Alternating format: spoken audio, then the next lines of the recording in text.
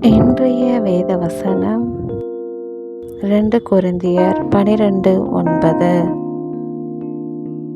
என் கிருபை உனக்கு போதும், பலவீனத்திலே என் பலம் பூரணமாய் விளங்கும். ஆமென். தேவனுடைய கிருபை நம்முடைய இருந்தால் நம்முடைய பலவீனத்தில் தேவ பலன் நம்மை பூரணமாய் நிரப்பும். அன்றியும் கர்த்தருக்குள் மகிழ்ச்சியாய் இருப்பதே உங்களுடைய பலன் என்ற வார்த்தையின்படி நமக்கு எத்தனை போராட்டம், பிரச்சனைகள், பலவீனங்கள் வந்தாலும் நமக்குள் தேவனுடைய கிருபை இருந்தால் நம் இருதயம் கர்த்தருக்குள் மகிழ்ச்சியாய் இருக்கும். அந்த கிருபையை நாம் பெற, கர்த்தாவே, நாங்கள் உம்மை நம்பியிருக்கிறபடியே உமது கிருபை எங்கள் மேல் இருப்பதாக என்கிறபடி நம் கர்த்தரின் மேல் முழு நம்பிக்கையாய் இருக்க வேண்டும்.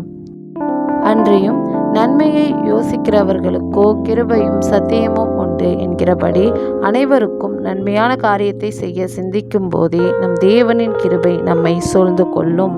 இப்படி கர்த்தர் மேல் நம்பிக்கையுள்ளவர்களாக அனைவருக்கும் நன்மையான காரியங்களை சிந்தித்து அனைவருக்கும் நன்மை செய்யும் போது நம் தேவனுடைய கிருபை நம் பலவீனத்தில் பலனாக எப்பொழுதும் கர்த்தருக்குள் மகிழ்ச்சியாக இருக்கும் வாழ்வை அளிக்கும்.